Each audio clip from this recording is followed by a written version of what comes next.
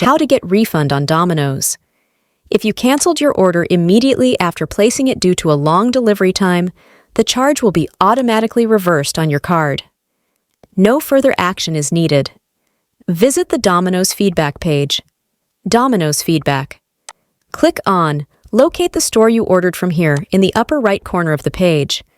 Enter your address, city, state, and zip code, then click Search Locations. Find the store you ordered from on the next page. Contact the store by phone and explain why you are requesting a refund. If they agree to process the refund, be sure to get the name of the person you spoke with or ask for written confirmation via email. If the store refuses to process your refund, contact Domino's customer support.